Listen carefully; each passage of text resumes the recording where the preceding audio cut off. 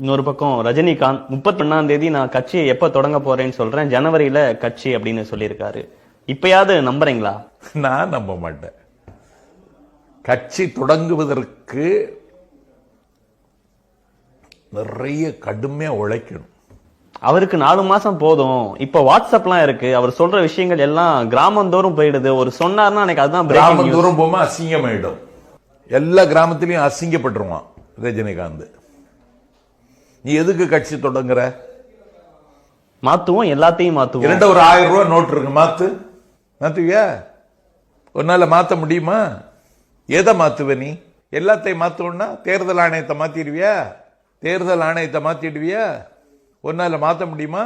தேர்தலையே சந்திக்காம மக்களையே சந்திக்காம ஒருத்தி இந்தியாவில் நிதியமைச்சர் ஆயிட்டா, மாத்திருவியா? பிஜேபி கட்சிக்காரனுக்கு அறிமுகம் இல்லாத ஒருத்தன் ஜெய்சங்கர், இந்தியாவுடைய எட்டர்னல் அஃபேர்ஸ் மினிஸ்டர், வெளிவிவகாரத்துறை அமைச்சர், ஒரு சொட்டு வியர்வை சிந்தாமல் இந்த நாட்டில் உயர்ந்த பொறுப்பு அலங்கரிக்கிறான், மாத்திருவியா? என்ன மாத்துவ நீ? முதல்ல ஒன்ன மாத்திக்கோ, அவ்வளவுதான் நான் சொல்லுவேன்.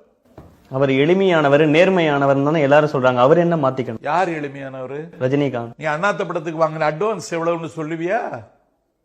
நீ வாங்கின படத்துக்கு எவ்வளவு பணம் வாங்குறதுங்க வெளிப்படையா சொல்லு பாப்போம். இப்ப ரஜினி நல்லவர் இல்லைன்னு சொல்றீங்களா? நிச்சயமாக இல்ல. சோழா ஷெட்டன் ஹோட்டல்ல போய் கேளுங்க நல்லவரான்னு.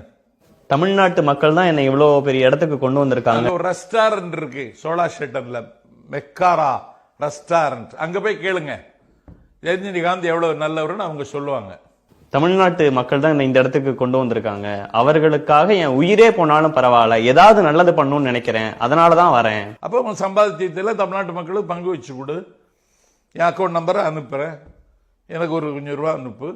பள்ளிக்கூடத்துக்கு வாடகை கட்ட மாட்டேங்கிற, ஆசிரம் பள்ளிக்கூடத்துக்கு இடத்த காலி பண்ண தரலன்னா நீதிமன்ற அவமதிப்பு வழக்கு வரும்னு இன்னைக்கு உயர் நீதிமன்றம் எச்சரித்திருக்கு.